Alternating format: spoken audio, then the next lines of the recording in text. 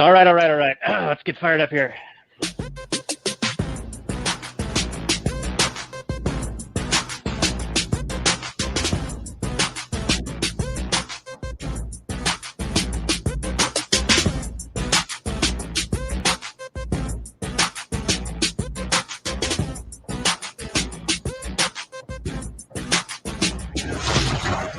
Maximum freedom. Read. Stay on target. Maximum freedom. Stay on target. Maximum freedom. Read Rothbard. Well, hello and welcome to the actual Anarchy podcast where we talk about movies from a Rothbardian and Anarcho-Capitalist perspective. Tonight, we're going to go Baby Yoda for you, like the proto Baby Yoda, talking about Gremlins, a Christmas movie on episode 159 of the show. Show notes are more at actualanarchy.com/159. We're going to introduce a guest in just a moment when we get to the last night's portion of the show, but prior to that, we always got to check in with my co-host, Robert Paul Johnson. Trubster.com is his website. You can find his wares there. It's a little late for Christmas gifts, but, a little promotion doesn't hurt, Robert. And how are the sales going? Every time we talk, you're increasing your sales records, not for the merch, but for the Thai food. Yeah, despite the frozen tundra, in which I currently reside, every time we go out, it keeps snowballing. The people keep coming, the word keeps getting out, and we haven't really even done a whole lot of marketing yet. In fact, we don't want to. We don't want to overpromise and underperform.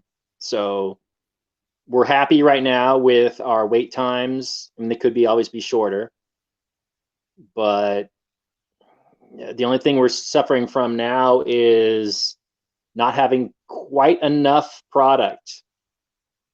And so we need to bump up those numbers. They're rookie numbers. But we're going to have another big event tomorrow, and we'll see how bad the weather impacts it. It's snowing as I speak here, and I had to chain up the car today to get out of the driveway. It's pretty nasty stuff. So we'll see if it scares anybody else away. But if I had my druthers, I would be at home. But instead, I got to get up and go to work tomorrow. Unbelievable. Exploiting yourself. It's self-exploitation or exploitation, maybe. I don't know what the proper term would be. I'm not too down with the hip lingo you kids are using these days. Proper nomenclature. Exploitation sounds good. It's one of those things, just mash up a few things together. Well, I want to say that the winter storm warning that we got had me all excited, and then I realized that the elevation was much higher than us, so no snow for us, unfortunately, just a bunch of wet rain. But we won't let that rain on our parade here. We're going to be dreaming of a white Christmas on this Gremlins episode when we introduce our guest on last night's portion of the show. Coming up.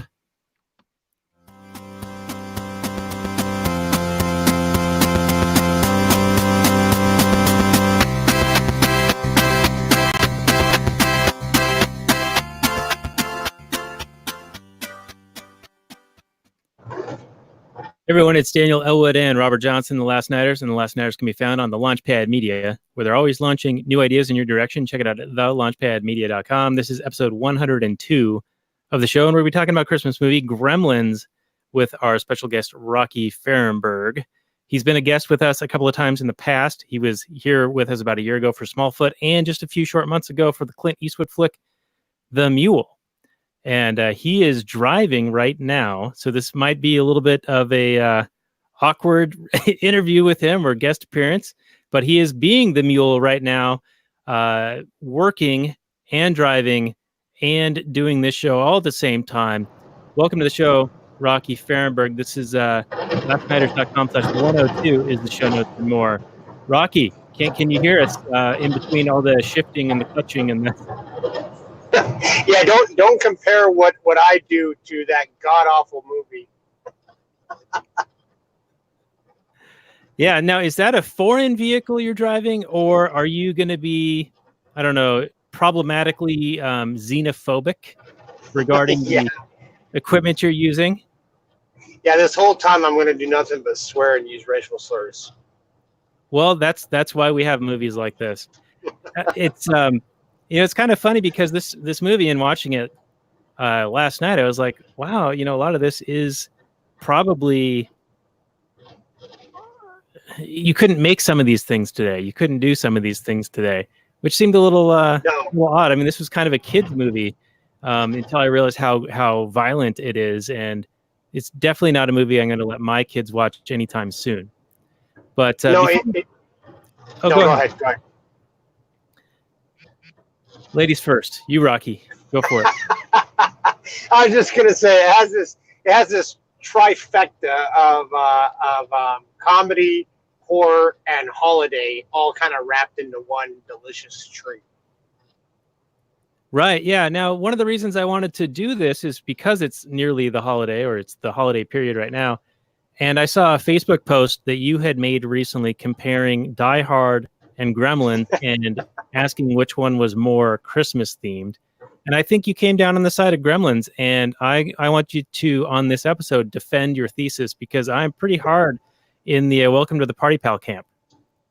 Well, I'll tell you what, man. Like I tell everybody, Die Hard is a Christmas movie. So if you don't think Die Hard is a Christmas movie, you're absurdly wrong.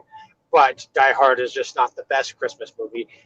And my actual real argument is that Die Hard is not even as good of a Christmas movie as Jingle All the Way with Sinbad and Schwarzenegger. But the best Christmas movie that has ever been made is Gremlins. All right, that's a bold statement, and we will get you to defend that shortly here. We usually start off with the Google description, so I will do that to kick us off, and then we'll go to Robert for his initial reaction, and feel free to take any digs at our guests there, Robert. I will be. Don't worry. All right. So Gremlins, it says 1984 fantasy horror film, 1 hour, 47 minutes, 7.3 IMDb, 84% Rotten Tomatoes, and 70% Metacritic. However, 86% of Google users like it. The description is: a gadget salesman is looking for a special gift for his son and finds one at a store in Chinatown. The shopkeeper is reluctant to sell him the Mogwai, but sells it to him with the warning to never expose him to bright light, water, or to feed him after midnight. All of this happens, and the result is a gang of gremlins that decide to tear up the town on Christmas Eve. It says release date of August 30th, 1985. So I'm unclear whether this is an 84 movie or an 85. The director is Joe Dante, and he has all sorts of like little nods and winks and stuff to memorabilia and prior movie references and things like that. So it's kind of fun to see that. It was a screenplay by Chris Columbus, the guy who did some of the Harry Potter movies, and it's produced by Steven Spielberg. And Kathleen Kennedy had her talons in this way back in the day, and she's still kicking around, throwing in the feminist stuff into movies to this day. So, Robert, let's get your reaction to the Google description and best quote. Yeah, so Kathleen Kennedy, I believe, was working with Steven Spielberg quite a bit back in the day. She actually had a hand in Jurassic Park. So this was before, she got the hold of like Lucasfilm, and I don't know what, is she like the head of Disney or something like that? Or Disney Entertainment or something? I don't know what her official title is. But I know she's gotten worse over time. I didn't see a whole lot of the feminist angle stuff in this movie. I don't think she had a whole lot of influence over this film. But I was kind of scratching this is like this cheesy 80s movie that, looking back on it, I can see why you would say it's a kid's movie, because as an adult watching this, I'm sitting there going, what is this movie trying to do? Who's this for? Is it trying to be it's not scary. Is it trying to be a comedy? It's not funny. Is it just trying to tell some weird oddball story? The description said it was a fantasy horror movie. These puppets, I'll grant you it's the 80s, and puppet technology has improved marginally probably, but you're still probably left with this real human interacting with a very, very puppet looking puppet and pretending to be afraid of that thing. I think and you've it got just Gremlins strikes me in as ridiculous. Every time in the second half of the movie is all humans pretending to be afraid of these little puppets, and the whole time you're just going, "This is ridiculous." You just kick it, or step on it, or grab a flashlight. What's the danger here? Anyway, I didn't like this movie at all. So we'll see. It's very Christmas themed. You got me there, Rocky. It's very much a Christmas movie. It's mentioned repeatedly. Although I don't know who goes to school on Christmas Eve, Rocky. Hey, man. But apparently an entire class does. Like a whole school goes to school on Christmas Eve. Now it was made in the 80s. Like whenever the officer's car flips over and you could see the plate underneath to perform the stunt, because no car has a plate underneath like that. You know what I mean? So there's a lot of it was made in the 80s. That's definitely for sure. It's not like it was made like last year or anything. But I will push back on the puppets. I actually thought that in comparison to what some of the CGI, how well some of the CGI holds up over the course of a couple years. You go back and watch some of these movies and the CGI is just completely trash. It doesn't even hold up, 4 or 5 years. Like you kind of said, puppet technology has only increased marginally. I thought these puppets looked more realistic than a vast majority of CGI that we have today. Well, you're not wrong about that. That's because they are real. You know what I mean? And the puppet's freaking real. So, but you are limited in the range of motion a puppet can do. You know how scary a puppet is. I mean, if you watch a movie like The Thing, that's puppets, but that's horrifying. Yeah, I watched. If you grant the reality of The Thing, but then you got these little gremlin things. You can't even compare the two. These little gremlin things, they're just like, I don't know. I'd just take a running kick at it and it'd be flying. I don't know what's scary. It's like it never got the Chucky movies either. The Chucky movies were always like, it's a little doll. What is it gonna do? The whole idea of Gremlins, though, and the reason why the Gremlins works more for being kind of a comedy horror is because Gremlins are historically a more mischievous kind of mythological creature. A lot of times Gremlins are not even really necessarily evil. Some mythos of Gremlins have them just basically going out and playing pranks and getting stirring up mischief and stuff like that. So whenever you have Gremlins, if you had a Gremlin in like an actual horror movie, it's not really as scary as so much as there's going to be a funny element to it. And so, of course, this direction, they just, blew it over the top with the Gremlins sitting there like he's a detective and they're all getting drunk and smoking cigarettes, doing all that kind of shit. You got the girl Gremlin and whatnot. So it's definitely, I think it's definitely marketed to be a comedy style horror, unlike the Chucky movies, which originally tried to be serious. And when everybody thought that they made a joke out of them, then they made it into a joke. Same thing with the Leprechaun. The first Leprechaun was supposed to be scary, but then you have Leprechaun in the Hood, and he's like, with a friend with weed is a friend indeed, and all these corny ass lines and stuff. Yeah, and you mentioned the scenes in like the bar with all the different Gremlins and dressed up in different costumes and things. And I want to say that those are probably my favorite scenes. The human element was like, but the puppets interacting with other puppets were actually kind of fun. So I will grant you that. I wouldn't say it was funny, but they were kind of amusing and entertaining. Yeah. Well, that's the scene I hated the most, Robert. I figured it'd be the one that Daniel, you hated it. The thing that I liked. Good. Did you like any of this, Daniel? Come on, out with it. Well, not particularly. I have fonder memories of this from watching it 25 years ago. It's one of those movies that you see when you're young, and then you have nostalgic memories of it. And then when you watch it again as an adult, you're like, wow, this really isn't very good. Like, the memory is way better than the real thing. And part of the reason that I hate that scene was it felt like one of those kind of corny musical montage things where they're just doing all these sight gags and costume, funny like little nods to other things. But the underlying purpose, I believe, of this entire film was to have a social commentary on Western values and Western culture of greed and profit and success and working hard and shitting on those things and saying that it leads to excess. And these gremlins were basically living a hedonistic consumption lifestyle, going to the bar, getting drunk, doing all this crazy shit. And I think that was what they're trying to tell us. That's what capitalism leads to. They shit all over Judge Reinhold in this movie. And apparently he had a much larger part other than the, scene and a half that he ended up in the final film. But it's certainly set up as money's bad, profit's bad, people who have money or work hard are bad people.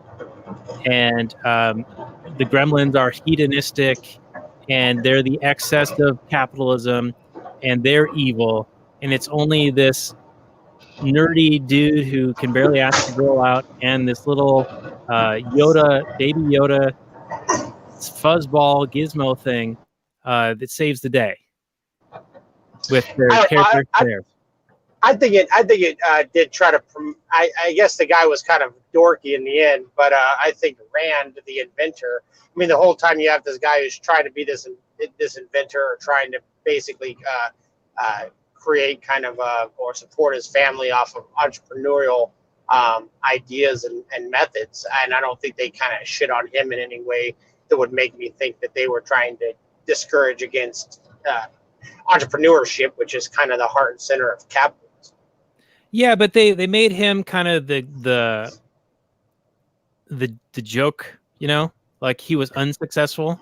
Like he would try really hard but never quite achieve any success. Like all of his inventions would eventually break, and he was barely scraping by. I do see that. I guess I saw it as more that kind of old school role that dads kind of played. Dads have always been kind of portrayed in this kind of dopey sense. I mean, the kind of the Homer Simpson-esque style. And so I basically just kind of chalked it up to that. But I mean, yeah, you could very well be right too. That could be part of that progressive ideology that was interjected into it. But I will tell you this much, that everybody out there, every man out there should try to find a wife like he had, because that lady, she tried her damnedest to use all his inventions. And even whenever they were talking about the coffee and stuff, and she's like, we can't drink this. And he's like, why not? And she's laughing about it and stuff too. I mean, we all should be in pursuit of finding a woman that cares about our ventures as much as that woman did, because that's a hard one to find. I will give you that one. I will give you that for sure. And I just have two more comments, then I'll go to Robert. The other thing that my whole Western culture thing, and I don't know why this is like a big deal for me right now, but because Rand apologized at the end for buying the Mogwai, even though it was the grandson who went against the grandfather's wishes. But the grandfather, the Chinese grandfather guy, was basically saying, you're not ready because you don't respect the environment, like you trash things, like you trash the earth. So there was definitely this watermelon message at the end, like Western man is bad because all this progress comes at the expense of the environment. So this is like the proto-Greta, Time Person of the Year type stuff. And then the wife, yes, I agree. She did support her husband in using the inventions and not seemingly, being too upset about barely scraping by and all of that. And they definitely made her pretty badass when it came to fighting the gremlins. Like he took out 3 or 4 of them before the son showed up and helped her get out from under that Christmas tree. So, it wasn't like the typical, woe is me, poor woman, oh, she's going to get killed right away. Like she ground up one of them in a blender and stabbed another with a knife. And I guess that scene was going to be even worse, where the gremlin was going to pull the knife out of itself and then attack her with it and cut her head off. Which she put one in a microwave too, and that just exploded. Yeah. So, she was pretty badass in that respect. So she's like that might have been Kennedy's influence, because that's what she's doing in all these Star Wars remakes. Is making the woman like this amazing hero, no training whatsoever, and just down with the Force right away. Anyway, I've been rambling for a little bit. I'll go to Robert. What do you think about anything I've said, and then interject your own stuff here? Well, I certainly now that you mention it, I guess I could see your viewpoint, saying that this movie is really just a trash against Western culture. I mean, if you pick out a few scenes and talk about it, I mean, there is the old lady who is just the miserly woman that won't allow this lady to keep living rent-free or whatever, and she's just heartless on Christmas Eve and whatever. She's Mr. Potter from It's Wonderful Life, which we'll talk about next week with Mike C. And she even named her cats after money, like after different names for money. Like they laid it on pretty thick in this one. Actually, since it is a Christmas movie, she played the role of Scrooge. Yeah, that's what I saw. I saw her as Scrooge for sure. I mean, it's I don't know the messaging behind having the excesses of capitalism, being these little gremlin guys killing her. I guess it's like fitting that the evil capitalist lady is killed by the excesses of Western capitalism. I don't know. And then you've got, I'm just trying to put it all together. I mean, you got the inventor guy who I expected his inventions to play a bigger part in defeating the Gremlins, because the whole movie is really like his inventions play a way bigger part than I thought they would be. And then they just kind of, nothing happens with them. Like we spend a lot of time learning about his bathroom buddy and his smokeless ashtray and his various kitchen appliance things. But yeah, nothing really comes of him other than he's away on Christmas Eve at a convention. I don't know who the scheduler of that convention was, but not even an atheist convention would take place on Christmas Eve. I'm telling you this right now. Like, no one would schedule one for the travel inconvenience alone, let alone the religious implications. It just wouldn't happen. So, although I will say it looked more like a libertarian convention than it did an inventor collection. It was pretty weird. Yeah, you had all kinds of stuff going on. It's pretty fun. And I still don't know how he got home like that same night. Whatever, the magic of Hollywood, I suppose. But at one point he's at this convention, and then the next, an hour later, movie time, he's home. But okay. Yeah, I don't know. Rocky, do you see yourself agreeing with Daniel here? I mean, I think it's the same kind of stretch that somebody on the left would try to use in order to try to make a movie about some sort of social justice warrior kind of stuff. I mean, that nowadays is more prevalent, but I think it's a really big stretch. But of course, we also tend to project things that we're currently thinking about onto other things that we see. So, I mean, if you've been caught up with this whole idea of Western culture being, shit on recently, then I mean, yeah, I could definitely see how that could be projected onto this movie. But to say that they created these different aspects and these different characters and played them this way in order to make that statement, I think it's too subliminal for really anybody to pick up on. Kind of like almost like playing satanic messages backwards on LP records. It's just not. I just don't think I think it's too much of a stretch for it to be. What? Yeah, Daniel, do you think it's intentional by Chris Columbus and the producers, or do you think that this is like an accidental useful idiot kind of thing where this is what they're exposed to, this is what they see, so this is what they're repeating, sort of thing? Well, I mean, going by who these people are and what they're still doing today, I see this as early activism on their part. And maybe they're just playing into tropes and just trying to be funny or entertaining or whatever. But they're certainly taking whatever stereotypes there are about money and profit and capitalists being bad. I mean, they're the villains in this. We talk about Mrs. Deagle, right? That was her name. She says no support to deadbeats. And it's like this woman and her kids, and she can't quite pay her rent or her mortgage. It's probably a mortgage, right? Because it's related to a bank where Billy works. And there's actually in recent news in Seattle, they're talking about having a new law where you can't evict people for the coldest 6 months of the year. That's already a law in Alaska. Yeah, that's crazy. So basically, you're saying you only have to pay half the time. And in Alaska, you also, if somebody has technically moved in with you or claims your place's residence or has like 50% of their stuff there, I can't remember exactly what the technical law is. You can't actually kick them out even if they're not on the lease. Yeah, and that's also the case with, it's not as big of a deal, I suppose, but it's also, you can't turn off somebody's electricity even if they haven't been paying it for months and months and months and months and months during the coldest part of the year.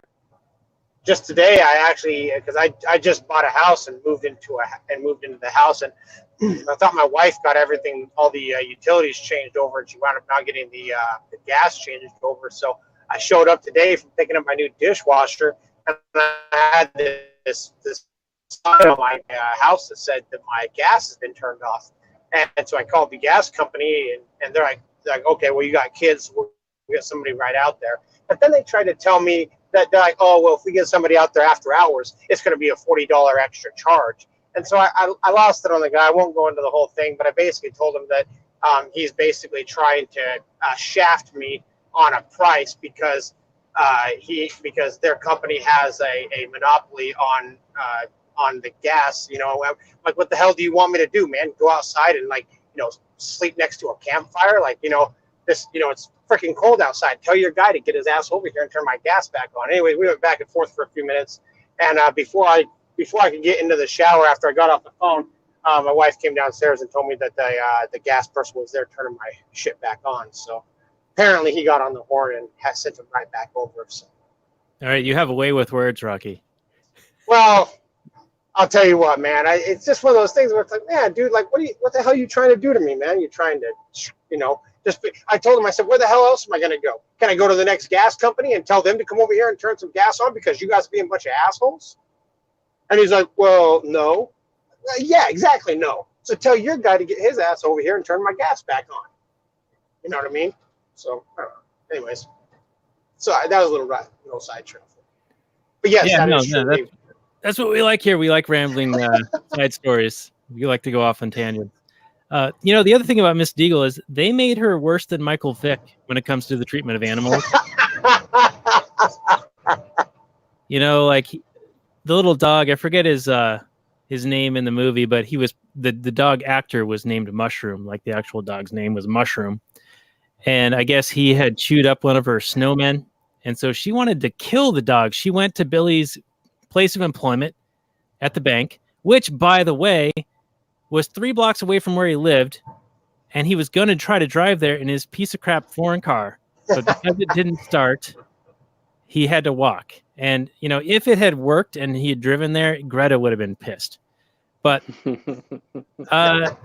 so she goes to his work, threatens him, and says, I don't want you to pay for the damages. I want your dog so I can kill him slowly and torture him. That was terrible. She said it was very Cruella de Vil. Yeah, she was going to put him in dryer on high. And the guy next to her was like, that'll do it.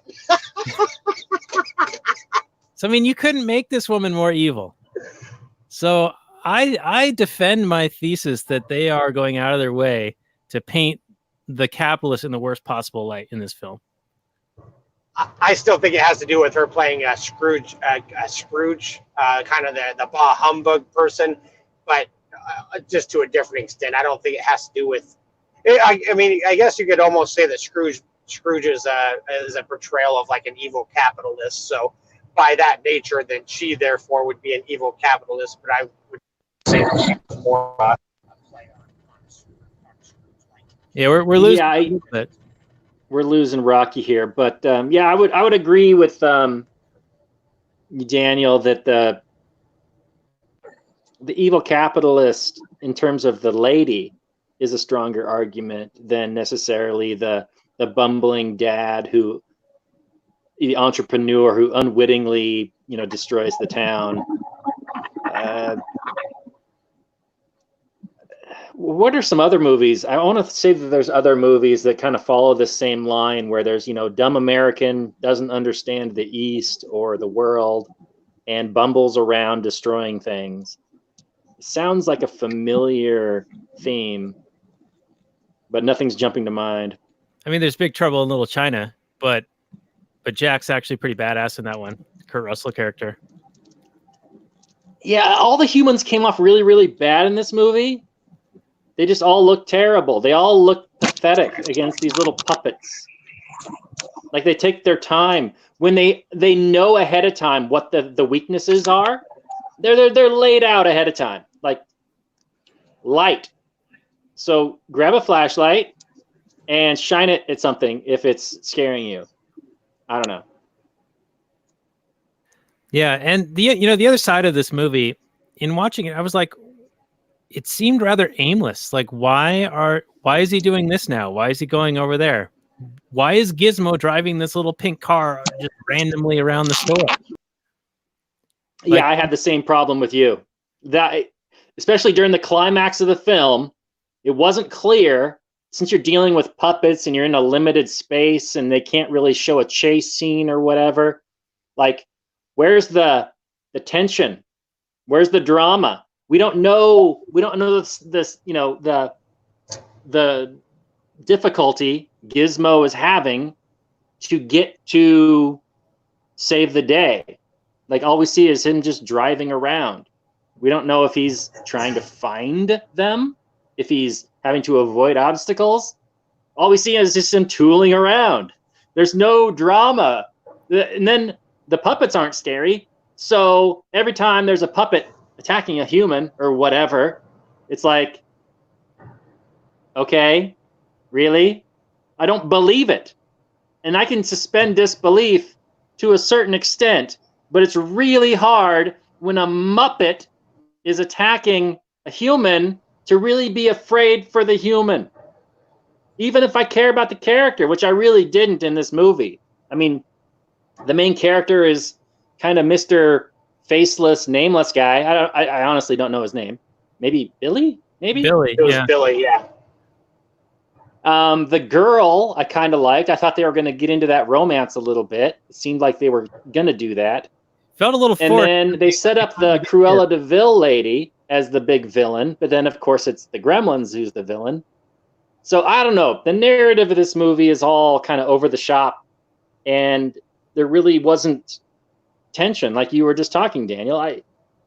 The climax especially is just people just kind of rolling around doing stuff. The weakest part of the climax was whenever she tried to get him with the chainsaw, and he wound up holding him off with a wooden baseball bat. Yep, that was pretty funny. Like, pathetically funny. That was pretty weak, but hey, it is what it is. And then there's multiple times where gremlins have guns, and they still can't kill a human. Yeah, they're shooting like stormtroopers. I tell you, to kind of go off what you were talking about with Gizmo driving that car, that's a very 80s-esque style thing for a little person to drive a remote control car as if it was a real car.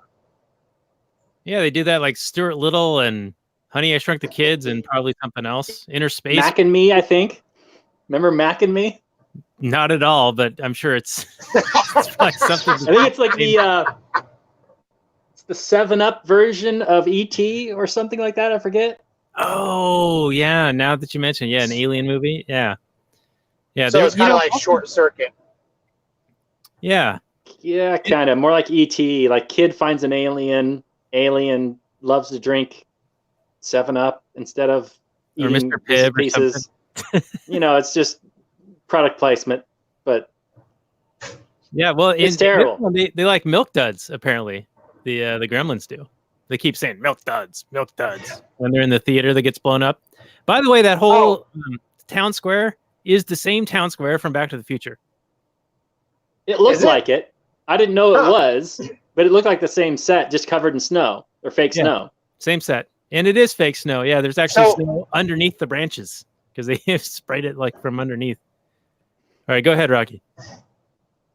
No, I wanted to comment on their language skills, because it's absurd that they're just like they are kind of born through like mitosis or some crap, and they just like spontaneously arrive based on water and that kind of far-fetched idea. But whenever they come alive, like they know words and can formulate like broken sentences, but nobody taught them the words. And they know almost all English except for one Spanish word, which is caca, which means shit. And everything is caca to them. So if they want to say something shit, they say it's caca, the only Spanish word they know. And then the rest of the time they speak like these English words that I don't know where they would have learned these words. So are the words inherently like just there, or what? Yeah, that's actually a few levels like further in than I even want to go. Like baseline level stuff. Let's talk about these rules for a second. They make no sense whatsoever. Thank you. Especially the one about after midnight. After midnight, where? Yes. And what time of year? Because the government dictates that the time changes on a whim, by decree. So also, since I came from a Chinese man, is it on Chinese after midnight or American after midnight? And when does the time reset? If it's after midnight, does it reset at 3 o'clock in the morning? What is the window? If you're on an international dateline, can you move? Yeah. It's like... Yeah, and Rocky, you're driving a truck right now. I mean, you're in a state that has 2 time zones. So if you go too far, you better stop feeding that gremlin. Yeah, pizza's okay right here, but it's not okay there. Yeah. Yeah. Now the other thing is getting them wet to somehow spontaneously create another version of it. Talk about solving world hunger. I mean, you could be running rabbit farms of these little mogwai. I'm sure they're delicious. Oh yeah, I'm sure Greta doesn't like that either. But it seems like that would take factory farming to a whole new level. Yeah. I wonder how much it actually hurts, because it looks like it's very painful. And so, does that also mean that there's a lot of seeds within them? So like they naturally have like all these seeds, and when they get wet, like the seeds kind of pop out. Because you ever run out of seeds? Because whenever Stripe jumped in the water, there was a shit ton of them that came out. Did he run out, or does the more water equal the more? Because whenever he puts the one drop on him, he only got one. The spilled water created like 6, and then there was like, I don't know, 75 or whatever whenever he jumped in the pool of water. Yeah, whole gang. Yeah. They took over the town. The whole movie theater full. I think you're poking holes in this masterpiece here, Rocky. No. Hey. It's not a perfect movie. It's the best Christmas movie. Those are 2 different things. Okay, can I briefly complain about the realism? I know it makes no sense to do this. I'll say, but a movie called Gremlins, you're going to complain about the realism. I know. It's ridiculous. This whole thing is ridiculous. The show's ridiculous. The movie's ridiculous. I'm being ridiculous right now. So it's, Inception, ridiculous. But it looks like a mammal. Mogwai looks like a mammal, and then the Gremlins look like reptiles. I don't know of any mammal that can survive without water, like taking on water. It's made of water. It's probably 2/3 water. So I don't understand how water touching it causes it to spontaneously multiply. It makes no sense. And then I like the idea of the from like a horror movie, and they turn into like little alien eggs, and then they pupate and whatever, and they transform. It's fine, but to go from this cute little mogwai to a reptile. I don't know. It's fine on one level because it's just a dumb movie and who cares. But then if you actually think about it, which I don't know why I'm thinking about it. Why do I care? I don't know. Well, there's a correction there actually, because when they get wet, they don't turn into the eggs. It's whenever they eat, they actually turn into the eggs. But what's really weird is whenever they've already become a gremlin, when they get wet, they don't create mogwais. When they're a gremlin and they get wet, they create other gremlins. But when it's a mogwai and it gets wet, it creates other mogwais. But in order for the mogwai to turn into the gremlin, it has to eat after midnight or whatever the time frame would be. Yeah, it's like the rules are just arbitrary, and they're just like, well, we need to have some mechanism for the film, but it doesn't really matter what it is. We're just going to do funny stuff with the montages in the bar scene and in the movie theater. That's the movie. That's all this movie is. Because otherwise, there's no narrative. What was this? So it needs to be, man. It just needs to be a horror holiday, a comedy horror holiday movie. I do think there's potential in this idea. I think it could be remade today or maybe in 10, 20 years or whatever. And it could actually be done well. Remake? I'm pitching a remake right now. I think the idea is pretty decent of, there's that cool Twilight Zone episode where there's the gremlin on the side of the plane. That's a terrifying episode. I mean, back when I saw it when I was a kid, if you look out a plane window and you see something tearing apart the engine, that's fucking, you're going to shit yourself. Didn't Simpsons do a play on that for a Halloween episode? Probably a couple of times, yeah. Yeah, they did some sort of creature outside the bus and Bart Simpson kept seeing it or something like that. Yeah, it's a good theme. It's a good idea. I think this movie, I think they went a different direction, which I think it didn't work for me. It obviously worked for you, Rocky. It's fine. I love it.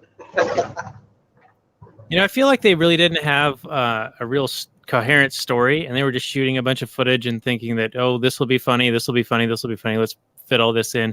The original cut for this was, I think, almost 3 hours long, and they were still doing rewrites, while they were shooting. If I I'd watch it correctly. I'd watch 3 hours of it, no doubt.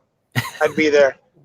This was a long hour and 45 minutes for me watching this. This is the cut down, edited, tightly scripted version. This is a meandering, just whatever. What's the narrative weight of this film?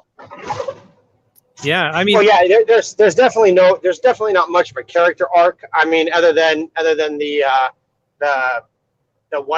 main character kissing the girl at the end. I will say this: in order to draw more lines for it being a Christmas movie, is the guy Gerald in there actually was the stepdad in the Santa Claus.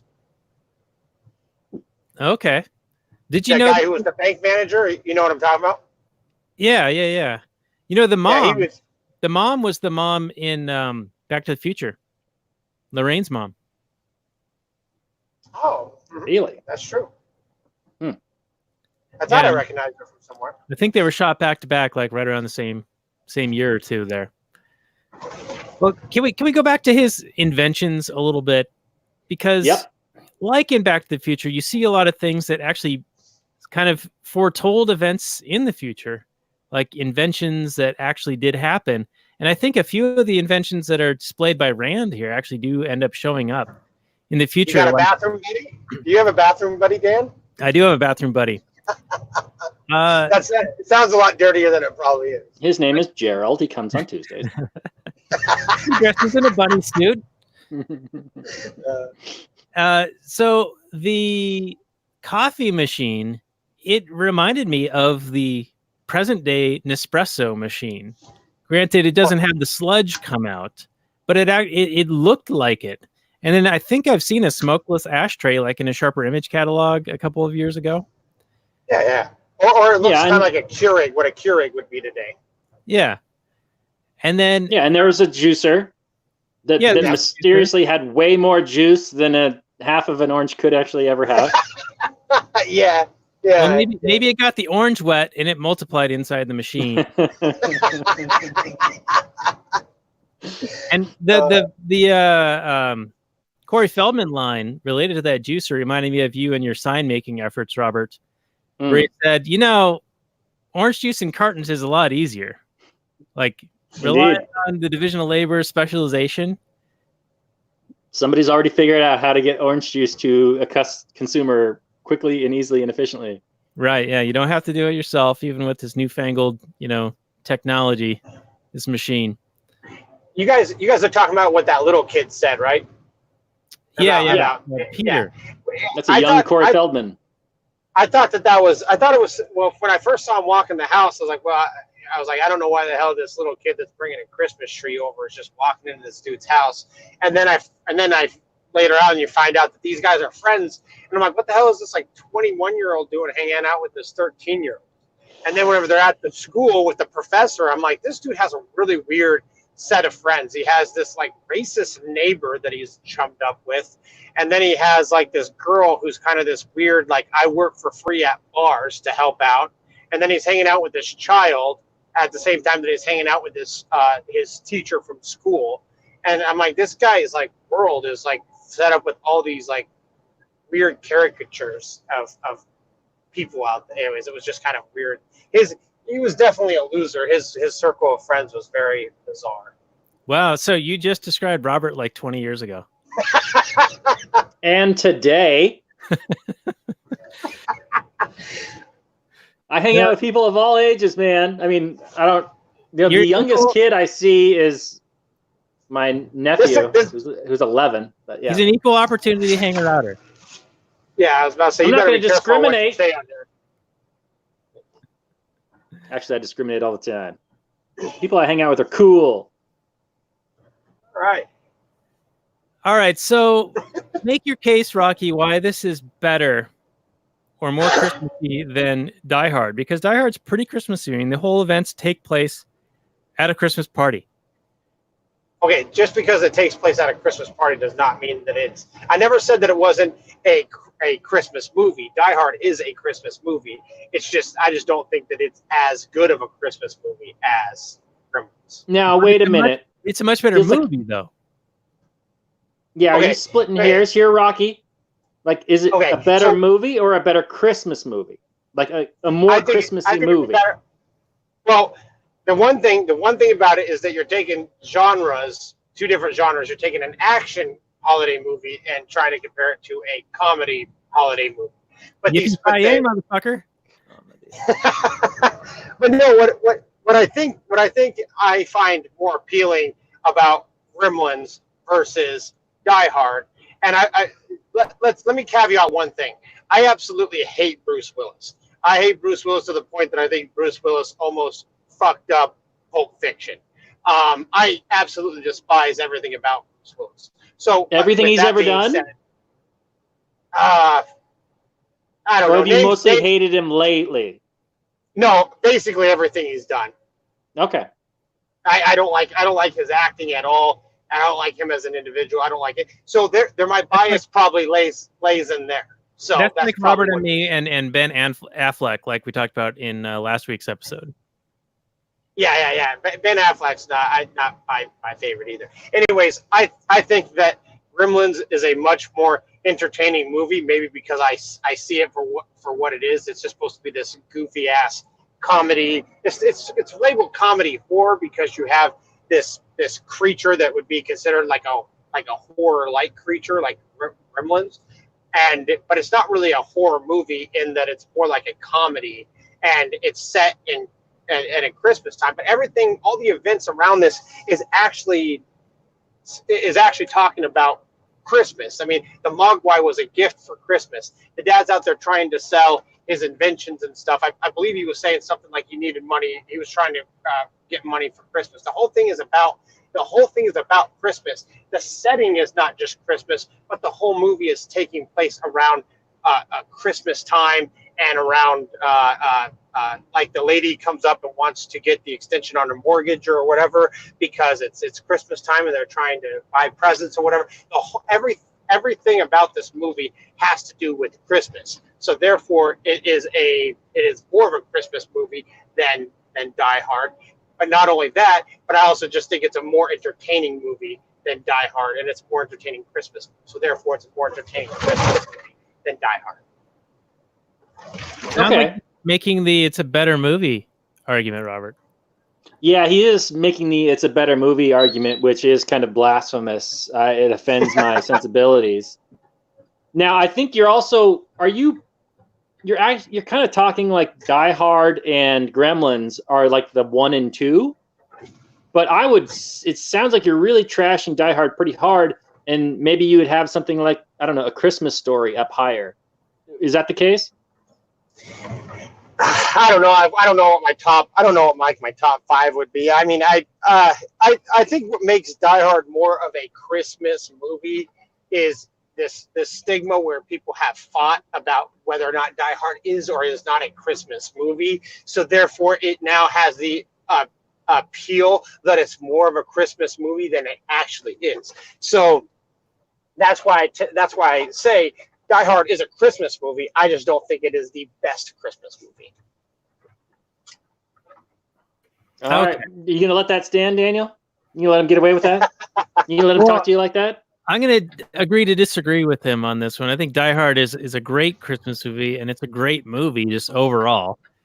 And we did an episode of that with our guest, Shaheen, a couple of years ago. So we'll put that on our show notes page at lastnight.com/102, where you can kind of show us more for this particular episode with Rocky talking about Baby Yoda, or a bunch of Baby Yodas turning into reptilian monsters. So speaking of Christmas stories, and the Phoebe Cates character, she has this monologue about why she doesn't believe in Christmas.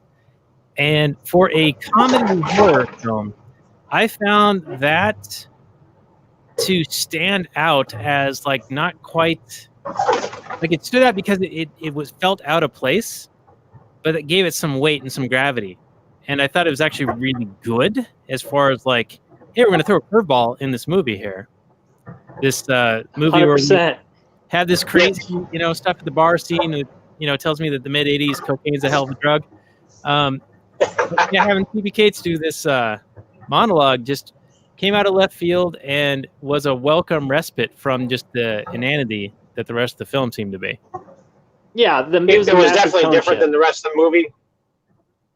But it was actually as far as like as far as like an actual movie and being more of like a critic of a movie, it was certainly like you said, the standout scene. It was the best scene. Acting wise, it was the best scene of the movie. Yes, I would agree with that. Although the way that this movie is so all over the shop, it really does kind of stick out like a sore thumb. And you could say it's the best scene in the movie, but then you got to ask yourself, well, why weren't there more scenes like that in this movie? Like, or why is that here? And then the rest of it is this other stuff. It's like they're just like throwing everything they can at the screen and trying to form some sort of a narrative out of it. I don't know. Now, I never knew there was 3 hours. I never knew there was the original cut was 3 hours. Like I said, I'd be interested to see what that movie looked like and how, in comparison to how they cut it down, because there could be a lot more scenes like that in the movie, in the original cut, and for whatever reason, I don't know why they would choose to cut it the way they did, but obviously, they could have chose to cut a lot of that stuff out. There could be a lot more of it that wound up on the cutting room floor. So I'm not sure why, but what I'm saying is that there could be more of that. So it might not be that they filmed all this stuff that's funny and off the wall and out of whack and everything, and then they just were like, hey, let's film this one scene. There could have been a lot more of that, and then why they didn't include it would be the actual real question.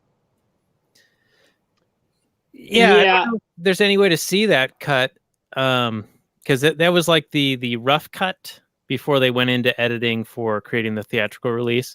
But I guess the original story, Gizmo was supposed to become a gremlin, but then Spielberg was like, no, I think the audience is going to want to see Gizmo like survive. He's cute and people are going to want him to make it through to the end of the movie and him actually be the hero just kind of randomly without actually doing anything in particular other than driving a little car around aimlessly.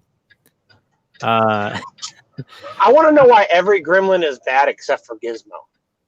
Even the Mogwais are bad. So if Gizmo became a gremlin, would he still be a good gremlin? yeah, it seems to be that all the other ones were bad even before they became gremlins. Like they were the ones who cut through the wires in the alarm clock to leave it on before midnight. Yep. And are they? I mean, so they must be self-aware that if they eat after midnight, and this is that they'll turn into gremlins, and then they also have to be able to tell time, which is another thing that I guess gremlins are just innately born with, the ability to be able to tell time and count, and just kind of like they're innately born with a handful of words that they know. And they innately want to turn into gremlins? Like they have some sort of drive to be gremlins? Like there's something they can't do until they become gremlins? But it looks, I mean, what do they gain? Like a reptilian body? Want to. A little bit taller? Yeah, why do only some of them want to be? Are they trying to say that gremlins are just born bad? Some Mogwai are just born bad? I mean, they did string up the dog, and that was when they were still Mogwai. And that was just to distract Billy to get him out of the room so they could. I want to know how they did that. I want to know how those little tiny ass Mogwai strung up the dog. Well, it's the 80s. A lot of stuff happens off screen. You just got to leave it to your imagination because they didn't have the technical ability to do that. Well, and then you have Gizmo driving a remote control car as if it was a real one. So I mean, you just gotta use your imagination a little bit. He's got a little steering wheel in there. Come on. It's really connected to a real drivetrain. You know how it is. Yeah. You know how those Barbie cars are. Yeah, they're not just plastic. So yeah. What else to say on this one? I feel like Robert and I we've been combining our efforts in trashing this, and Rocky's been, admirably steadfastly holding true, even though he's lost an arm and a leg. But he's still like the Black Knight, willing to fight on, not admit. That's right. It is just a flesh wound. Also, I do got a question. So, are Mogwai genderless because they don't have to reproduce through having sex? So, are they like? Yeah, they're definitely asexual. It looks like that's another foretelling of the future. Right? Do they have kind of boy and girl modes or not? Well, one of them was a girl, right, in that bar scene, or was it just a boy gremlin identifying as a female gremlin? Oh, the world may never know. And did you notice the flasher gremlin, like wearing the trench coat? Yes. Yeah. Yeah, there was no bits. I don't know. No, not even. You're smooth like a Ken doll. What are you flashing? I don't know. Yeah, Robert, you got disappointed on that one, huh? Yeah. That was let down a little bit. Yeah. All right, so I think we're gonna need to start winding this one down a little bit. I think I had like one or two other points to make. I got one more thing about these cops. Oh yeah. I wanted to talk about the cops. Yeah, exactly. Okay, go for it. Looking for a handout? Oh, we lost Rocky. Well, join us again, my friend, and we'll talk about the cops. So yeah, at the opening scene, Robert, you're the beggar cops. Yeah. Yeah. So the cops come over to the tree stand, and they're like, "Hey, can you spare one of these for the station or whatever?" The boys down at the station. Boys down at the station, because we can't actually pay for one out of our own pocket. I mean, even though it's your own tax dollars coming back to you. And then what is it? The guy behind him's like, "Yeah, I had to pay for mine." It's like, yeah. He's like, "Hey, Frank, I paid for mine." And I don't know, was that guy like the mayor of the town or something like that? The guy who said he paid for his own? I couldn't tell you. All right. Well, I don't know, but then they got drunk at the station. They were drinking alcoholic eggnog, and then they went driving while they were drunk because the guy that was getting drunk was the sheriff, and he's like, "Hey, can I drive?" And then he's like, "No, you can't." He's like, "Why do you get to drive?" And he's like, "Because I'm the sheriff." And then whenever they were driving around and they saw all the gremlins and stuff attacking people, they did the typical thing that the cops would do, kind of like that one cop whenever the school shooting was going on, and didn't go in there and do anything. They see all these gremlins attacking people, and the one cop's like, "I want to go back to the station." So Yeah, they were making fun of the guy who was getting eaten alive, dressed as Santa. yeah. See, so there was some realism. There's some realism here. Yeah, I'm surprised they didn't use him as a human shield. The cops did truck. run away. They're like scared and they ran away. Yeah, it's terrible. Terrible. All right, one last thing on Mrs. Deagle. One of the early scenes, they say, Mrs. Deagle's so terrible, she's trying to shut down this bar. So we want to sign this petition to use the force of government to decree that the bar is now a historical site and needs to be preserved, thus preventing capital improvement of this dive bar that is a blight on the community. Your take, Well, Robert. it's still being patronized.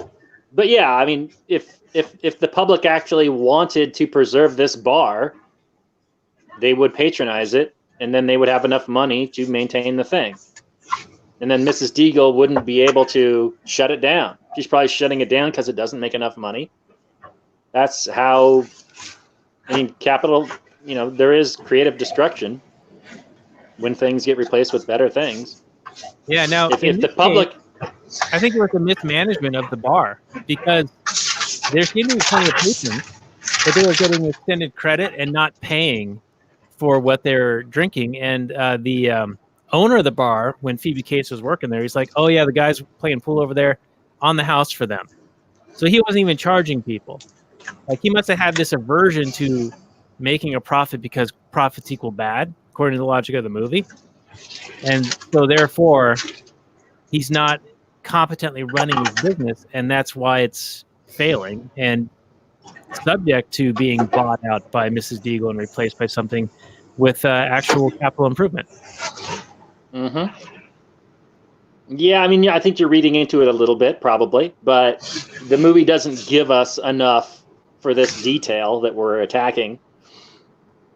But yeah, that's a lot of times that's what happens. People try to call some old thing special, or for whatever reason, it's special to them, but they don't want to go to the effort to get them capital together to actually purchase the place.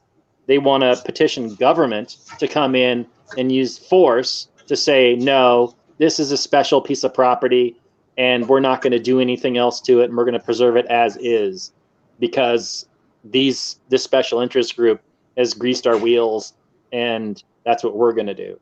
That happens all the time.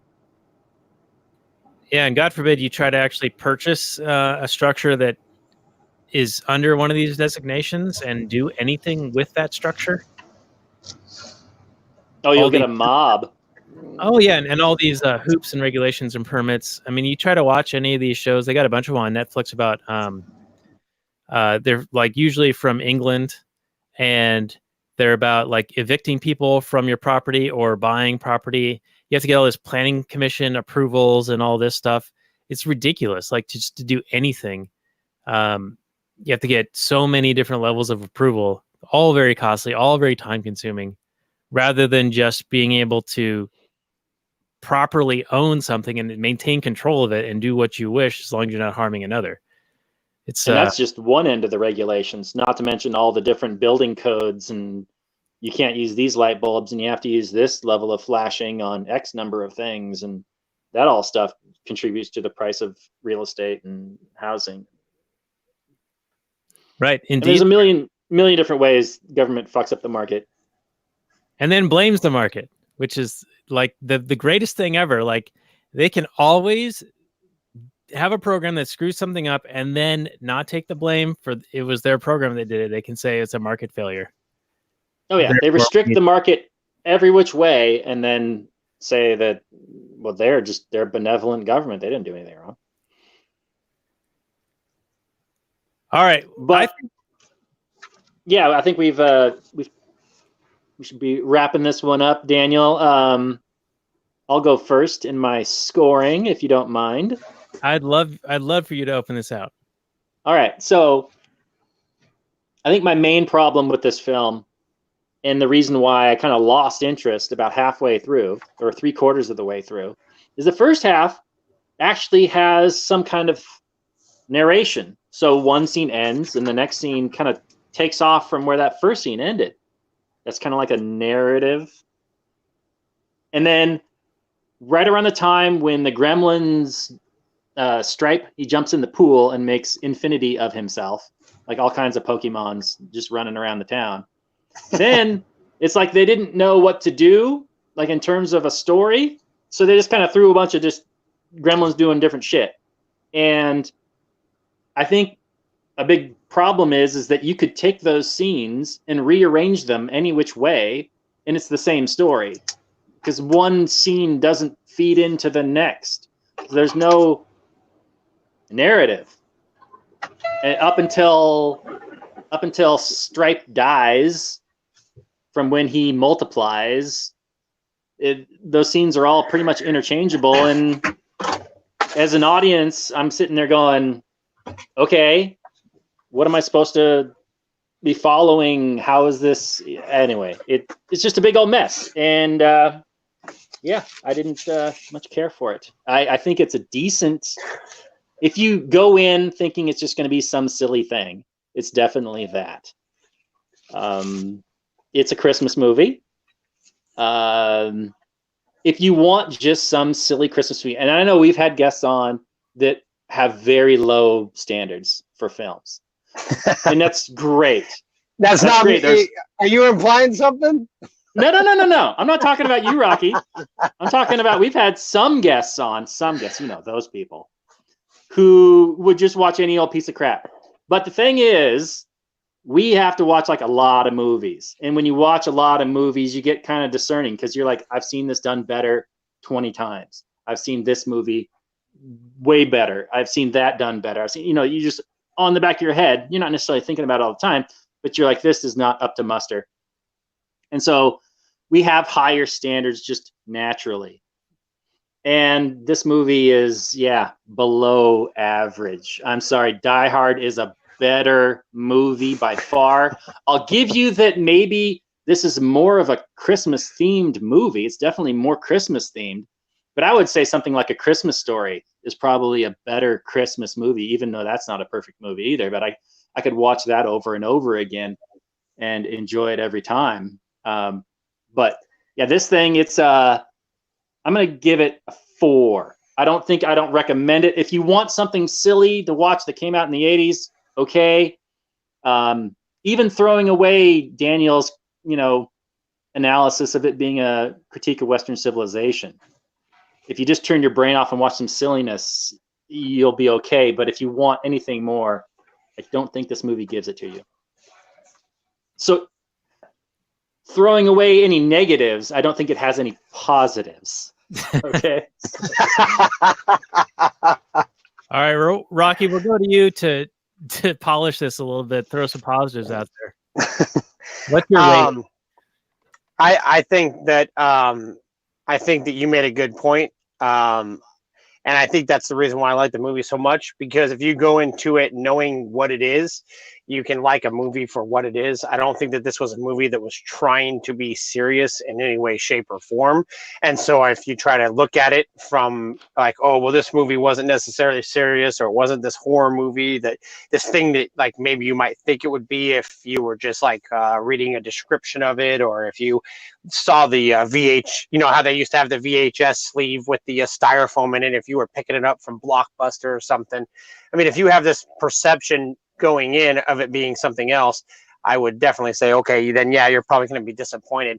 If you know what it is and what the movie's trying to be, then you grade it from the point of what it's trying to be, which is kind of this, it's not even slapstick, just this quirky comedy based on this horror idea set in Christmas time. It's totally off the wall. So being for what it is, I still would put this movie at an 8. The story does lack, which is why I can't get it higher. There is a lot of stuff that you just kind of have to roll with, you know, like the rules for the Gremlins, a lot of stuff it doesn't explain. Characters are two-dimensional. This was just something that this wasn't a huge blockbuster from the 80s even. So you got to look at the early 80s or mid 80s, not being a huge, not a huge movie, although it did have Steven Spielberg attached to it and a bunch of other people. But I think that if you go in there knowing exactly what it is and you're going in there to watch what it is, I would stay an 8. Wow. All right. Well, that's high praise, Rocky. And I know that this was a movie that, like I said, you had the Facebook post where you're comparing this to Die Hard, and you said that this won out. And that was one of the reasons why, when we were talking about having you on again to do a movie, we landed on Gremlins because of that post. So I knew still no superhero movie. Yeah, it'll happen, man. It'll happen soon. Although last time I also criticized how much you guys shit on Marvel too. So it looks like I'm always going to come on having the opposing view. So Well, that's what we need. We need somebody who disagrees with us.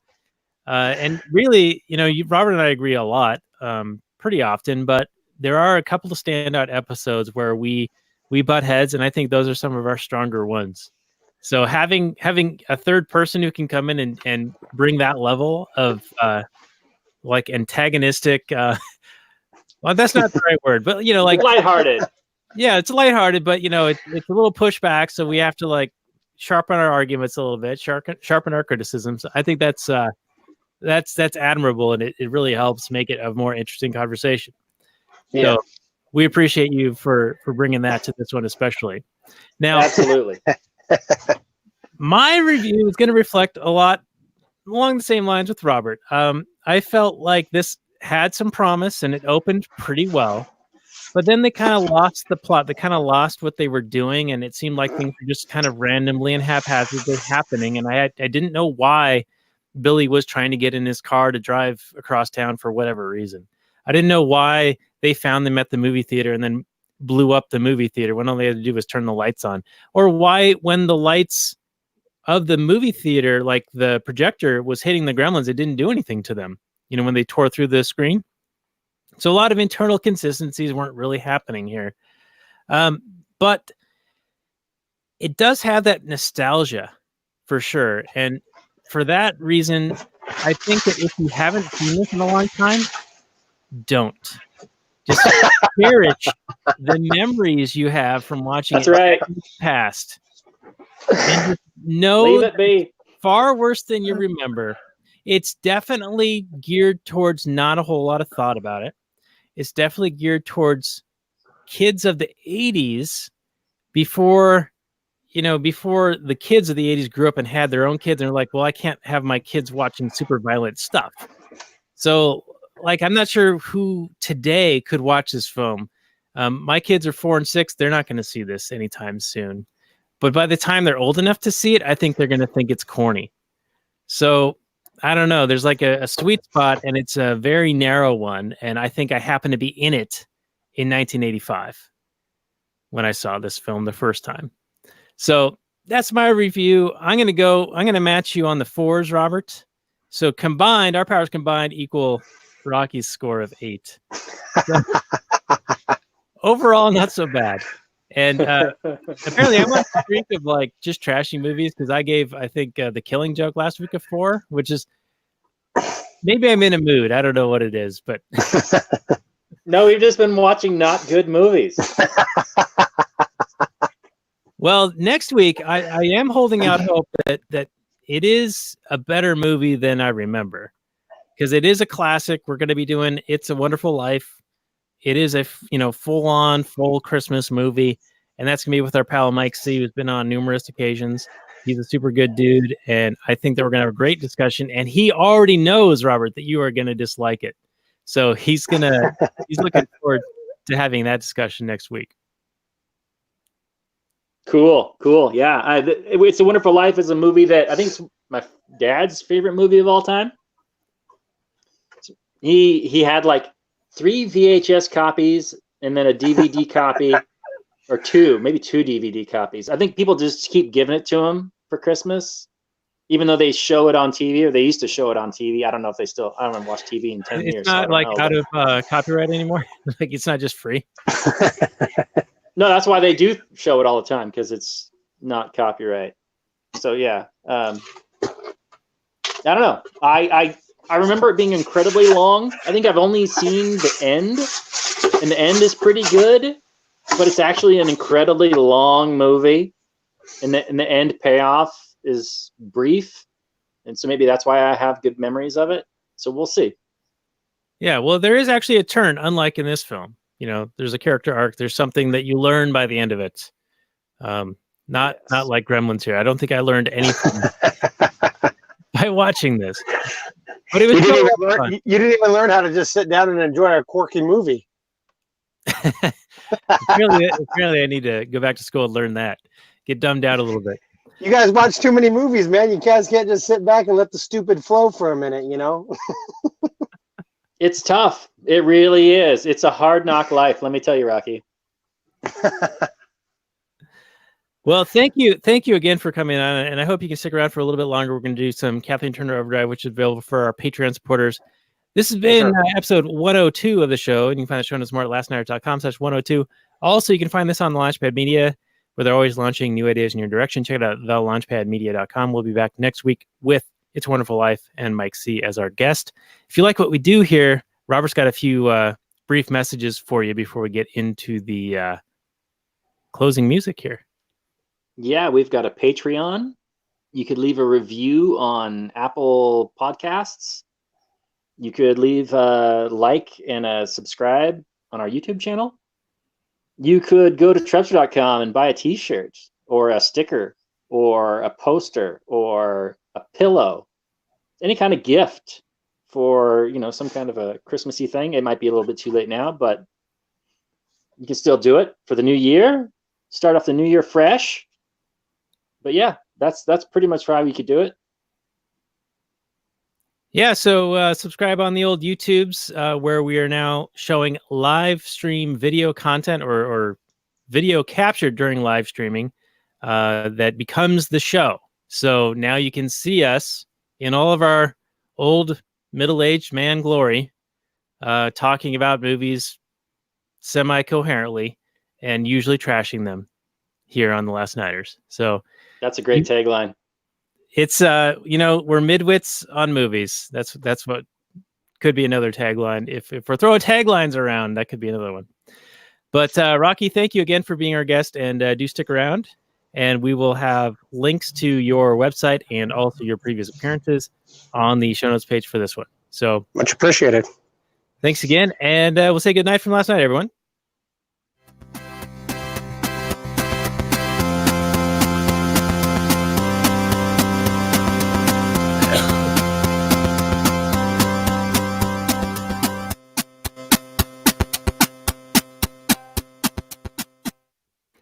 All right, and just continuing for a few more minutes on the Actual Anarchy podcast, there's one other question I wanted to throw out to you guys, and I'll go to Rocky first.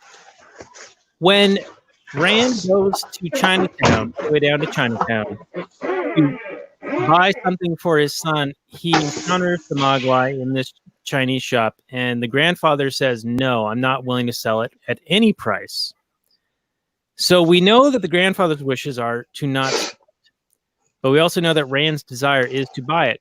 So when the grandson meets Rand in the alley and offers to sell it to him, what's your analysis of the situation? Is the grandson of like appropriate age to be responsible for his actions, defying his grandfather?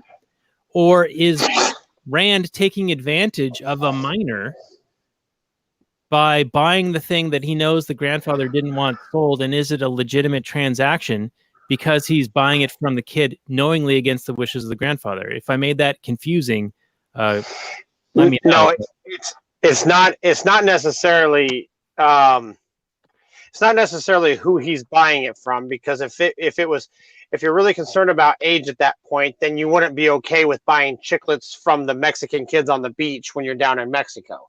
You know what I mean? So like if you'll buy the chiclets from the Mexican kids that come running up to you selling you little candies and stuff, then obviously age is not necessarily a big deal whenever you're making a purchase or a transaction.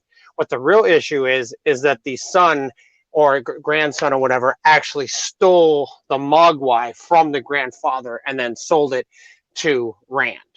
And so, yes, I think Rand acted unethically buying the Mogwai because he knew that at that point he knows that the Mogwai is stolen. So Rand is in the wrong, but also the grandson is in the wrong as well. Yeah, I give the grandson a little bit of a pass in that he's like, what, 10, 9, 8? I mean, he's probably old enough to know better. But yeah, I would say Rand has to be the adult there and say, no, I'm not going to buy it. It's clearly, this is stolen property. You're stealing it from your grandfather. This is not something I can buy. Yeah, I'm gonna lean and agree with both of you guys. I think that it was on Rand, knowing that it was against the wishes of the grandfather, and then doing it anyway, because the opportunity presented itself. And so the grandson doesn't necessarily get off scot-free as far as culpability in this show. But then why? I guess that explains why Rand apologized at the end. Well, not only does he apologize, but whenever Billy goes to like kind of look at his dad, like, hey, aren't you going to do anything about this old Chinese guy taking my Mogwai? And he just kind of like put his hand up, like stop, and shook his head no. Rand knew he was in the wrong. Yeah, even though he didn't specifically cause the destruction, it's his negligence, I suppose, that ultimately caused it. Yeah, now that's an interesting point, because he did make Billy aware of the 3 important rules. So really, he didn't not inform, and Billy was even deceived by the Mogwai, the offspring. So it's hard to say that anyone's really at fault for disregarding the caretaker instructions, right? However, if you have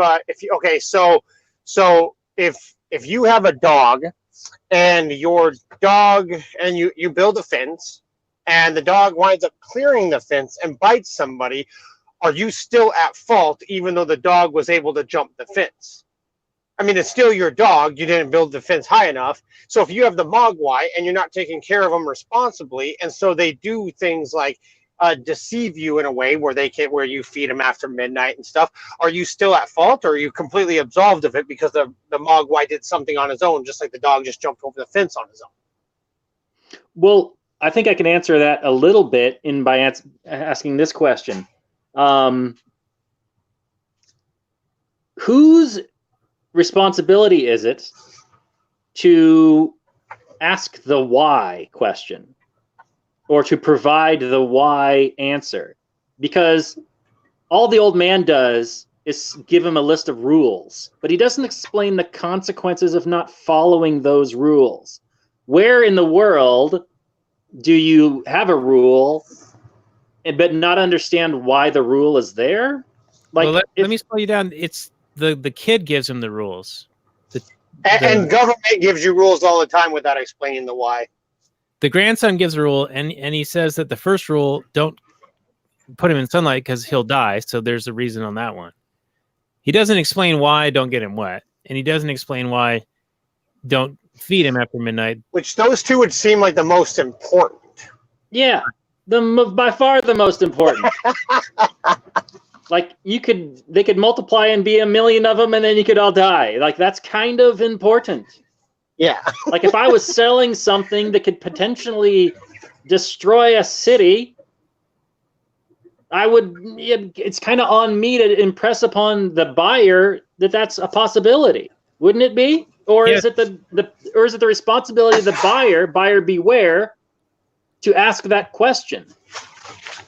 So I got a question for you. So if it's up to the person selling something, would you say that a cigarette company is obligated to put this may cause cancer on the pack of cigarettes, like government obligates them to? Or do you think they should be able to sell cigarettes without putting that on there? Because it would be kind of the same thing, don't you think?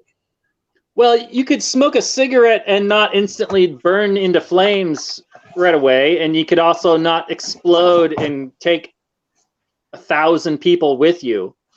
You could also have a Mogwai and the whole city doesn't die.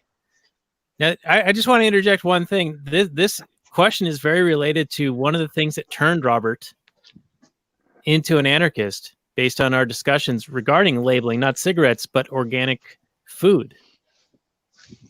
Well, I was still a minarchist in the sense that there's this issue with GMO food. And there was a study done, I think in Russia, that I don't know the methodology, but there was this GMO food fed to them. I think it was like, I forget what kind it was. Maybe it was wheat or grain of some kind. And over the generations, like, so in the first generation, it was fine. They had perfectly healthy animals. The children were healthy, but they showed maybe a few little weird things.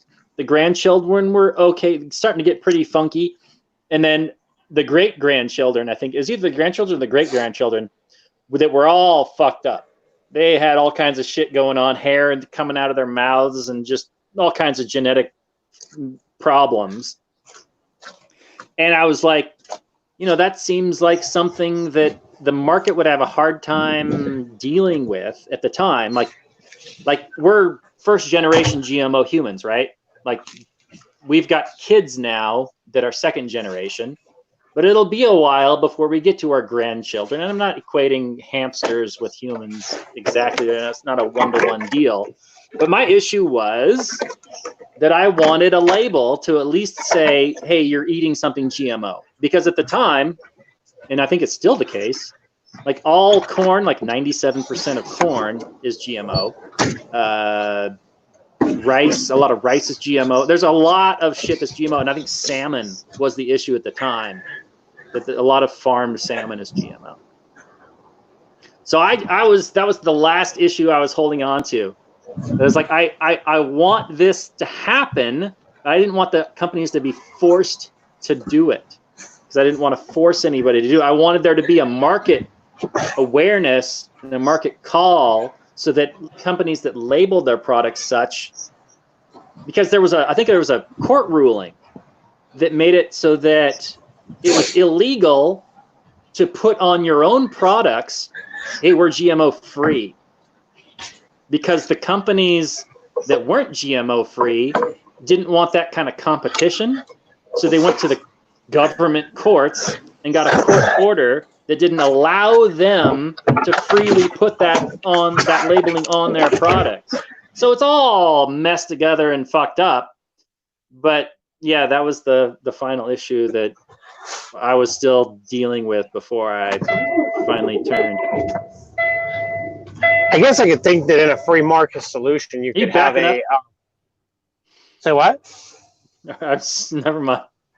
Oh, the dinging? No, I just started. The walking truck. Backwards. No, I think that if you had like a more free market solution to that, you could have.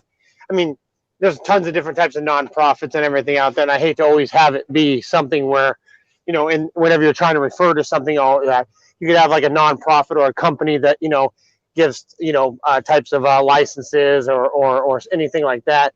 But you could have a nonprofit that was dedicated to researching brands and basically puts out whether or not a company has uses GMOs in their food. Or like a nonprofit or a company that goes out there and basically exposes brands. So if brands don't want to be forthcoming with using GMOs, they would be exposed through said organization, which would also indicate that they are trying to hide something and that they're lying or deceitful. I mean, there is a market mechanism for it, but it just Certainly. is whether or not somebody decides to do it. And so there has to be some sort of motivation, profit incentive, recognition incentive. There has to be some kind of incentive for people to do that, and it's not always necessarily profit incentive because a lot of people do things just to do them. Then they get the psychic benefit, or there's all kinds of different ways to profit from something. But yeah, my main issue was that government was coming in and preventing the market from acting as it would, because in the market, companies would want to differentiate their products from another. And if one company, if there's a market demand for GMO-free stuff, And the company would be like, okay, we're going to try and meet that demand. But then here comes government saying, oh no, you can't differentiate your product on that in that regard. So yeah, my issue was with government. But at the time, I was like, well, government could it at least change that, and then, use it for good, I guess, you know what I mean? Like, Yeah, you'd use that ring for good. You'd have my axe and my bow. But that's the dream of every statist. Use the power for good. That's what they always want. That's right, and it always hides the tyrant inside, unfortunately. Well, I think we're going to have to end it here because we're getting really, really long, but we can do the Caffeine Turn Overdrive after this. We can hear some more truck sounds with Rocky. This episode has been truck sound focused. No, it is what it is. So Rocky, thank you for being our guest for this. This is episode 159 of Actual Anarchy. Show notes more at actualanarchy.com/159, and we'll be back next week with It's a Wonderful Life with Mike C. And we'll say maximum freedom, everyone. Happy holidays. We'll see you next week.